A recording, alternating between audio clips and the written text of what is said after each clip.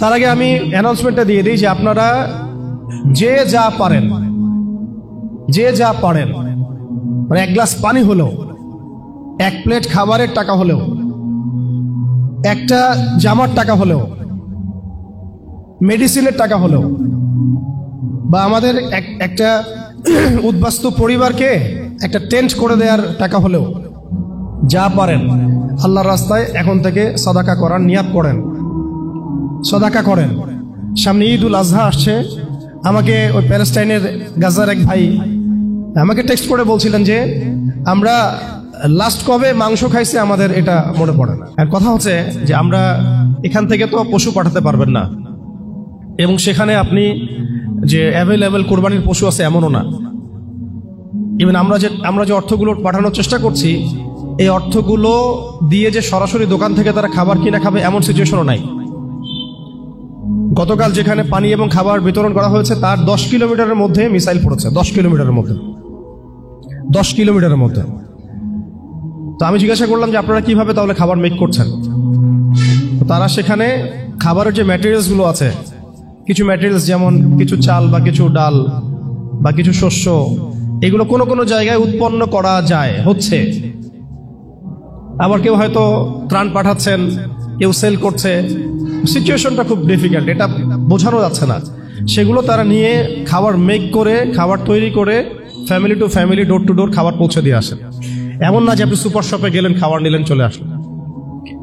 তাই আমি আজকে, এর আগে হয়তো এভাবে আমি আহ্বান করি নাই, বাট আজকে এভাবে খোলামেলায় আমি পুরো দেশবাসীর কাছে আহ্বান করছি, অনলাইনের মাধ্যমেও, যে আমরা আসন্ন কুরবানি ঈদে আমরা চেষ্টা করি, আমাদের তো কুরবানি মানে নফসের কুরবানি তো আছেই, পশুর কুরবানি তো আছেই, প্রবৃত্তির কুরবানি আছেই, আমরা আমাদের মাল কুরবানি করার চেষ্টা করি ইনশাআল্লাহ। এই ঈদে না হয় আপনি 1 লাখ টাকা দামে গরু কেনার দরকার নাই, আপনি না হয় 50,000 টাকা দামে গরু কিনেন, কুরবানি হবে না? বাকি টাকাটা গাজায় পাঠায় দেন। এই ঈদে আপনি 5টা খাসি না দিয়ে 1টা খাসি দেন, বাকি টাকাটা পাঠায় দেন।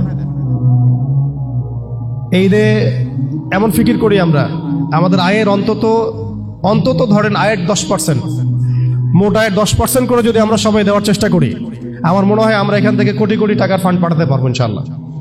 অন্তত আমাদের ভাইরা কিছু খেতে পারবে, পানি পান করতে পারবে, পানি পান করতে পারবে। হয়তো আমাদের বাচ্চারা একটু দুধ পাবে, একটু বেবি ফিড পাবে। বাচ্চাদেরকে যে মায়েরা খাওয়াবেন, সেই মায়েদের তো বুকের দুধও শুকিয়ে গেছে। কি খাওয়াবেন তারা চিকিৎসা নিতে গেলে হাসপাতালে বোম মারা হচ্ছে। বাচ্চারা শরণার্থী শিবিরে খেলাধুলা করছে, ওখানে বোম মারা হচ্ছে। অন্তত পক্ষে যতটুকু আমাদের পক্ষে সম্ভব এইটুকু যদি আমরা না করি, ওয়াল্লাহি আল্লাহর কসম করে বলতেছি, কাল কিয়ামতের মাঠে আমরা কেউ এর দায়মুক্ত হতে পারবো না। আপনি এটা বিশ্বাস করেন যে কাল কিয়ামতের মাঠে আমাদেরকে আল্লাহ পাক অবশ্যই জিজ্ঞাসা করবেন এটা নিয়ে। ইচ এন্ড এভরি ইন্ডিভিজুয়াল মুসলিমকে আল্লাহ পাক জিজ্ঞাসা করবেন। তো আমরা কিছুই করতে পারছি না, অন্তত পক্ষে আমাদের ভাইদের জন্য এই ঈদে একটা প্রজেক্ট আমরা হাতে নিয়েছি, যাতে আমরা ত্রাণটা পাঠাতে পারি। আপনারা চেষ্টা করেন, যার যা আছে এটা দিয়ে আমাদের সাথে শরীক হওয়ার চেষ্টা করেন, আল্লাহ পাক তৌফিক দান করেন। পাশাপাশি আরো অনেক ভাইরা অনেক ফাউন্ডেশন থেকে কাজ করছেন, যে কোনো ফাউন্ডেশন হোক না কেন, যে কোনো অ্যাসোসিয়েশন হোক না কেন, আপনারা অন্তত শরীক হন। আমরা বাংলাদেশ থেকে এর আগে রোহিঙ্গাদেরকে আমরা আশ্রয় দেখিয়ে দিয়েছিলাম যে আমরা 10 লাখ রোহিঙ্গার দায়িত্ব নিয়েছিলাম। যখন সরকার এনজিওরা আসে নাই, তখনও কিন্তু বাংলার মানুষকে খাইয়েছে, তাদেরকে কাপড় দিয়েছে, তাই নাই? তাবু নির্মাণ করে দিয়েছে। এটার মিসাল আমাদের আছে, ওই কলেজে আমাদের আছে না? আমি আজকে এটা উদাত্তভাবে আপনাদের কাছে আহ্বান জানাচ্ছি, অন্তত পক্ষে আসন্ন ঈদুল আজহায় আপনারা সবাই যার যা আছে এইটা নিয়ে আমাদের মাজলুম ভাইদের পাশে দাঁড়ান। আল্লাহ পাক তৌফিক দান করেন, আমিন।